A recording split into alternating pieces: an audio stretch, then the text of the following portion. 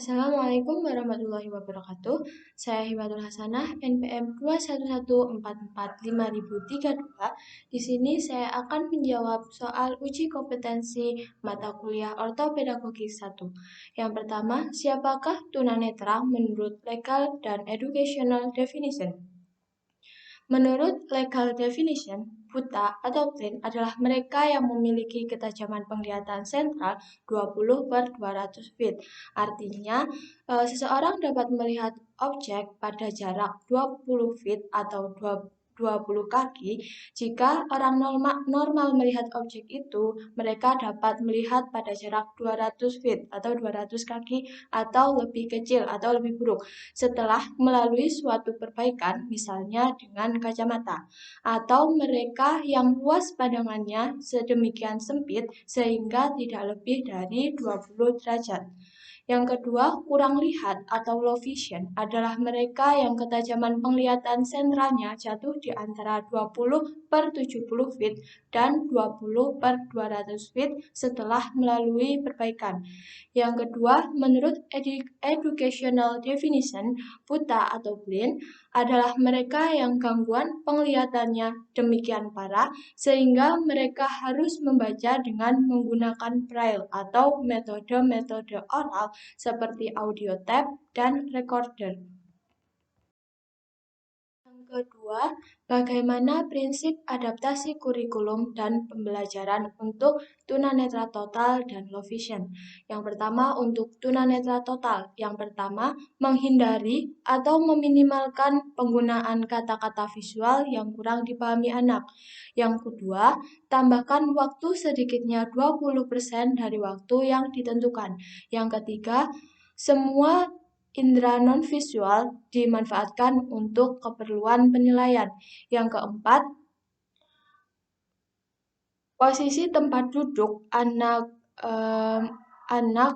berkebutuhan khusus tunanetra itu mencondong kepada alat pendengaran mereka. Yang kelima, benda-benda 3 dimensi disiapkan dalam bentuk asli atau model. Yang keenam, gambar 2 dimensi disajikan dalam bentuk gambar timbul atau taktual, contohnya seperti peta timbul. Adaptasi kurikulum dan pembelajaran untuk anak yang low vision. Yang pertama, memperhatikan kemampuan visual atau ketajaman penglihatan yang dimiliki anak. Yang kedua, memperhatikan beberapa kondisi seperti tempat duduk, jarak, ukuran, pencahayaan, dan kekontrasan. Dan yang ketiga, menggunakan alat bantu optik atau non-optik yang tepat dan sesuai dengan kebutuhan anak.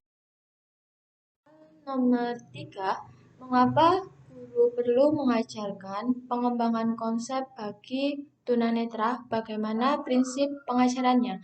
Anak-anak yang menjadi tunanetra itu terbatas dalam tingkat dan keanekaragaman pengalaman yang dibutuhkan untuk mengenali apa yang ada di sekitarnya. Anak tunanetra memiliki kekurangan dalam pengetahuan konkret tentang lingkungannya dan konsep dasar yang penting seperti jarak, arah, dan perubahan lingkungan.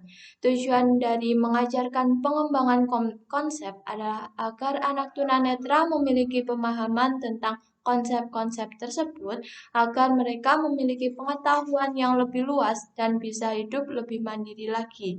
Sedangkan bagaimana prinsip pengajarannya, di sini karena tunanetra itu memiliki kecerdasan normal atau bahkan di atas rata-rata, maka yang perlu dirubah pada saat modifikasi kegiatan pembelajaran di mana kegiatan pembelajaran itu bisa diminimalkan pada saat kegiatan visualnya. Misalnya ketika ada penglihatan suatu objek 2 dimensi, contohnya peta, bisa dirubah menggunakan peta timbul.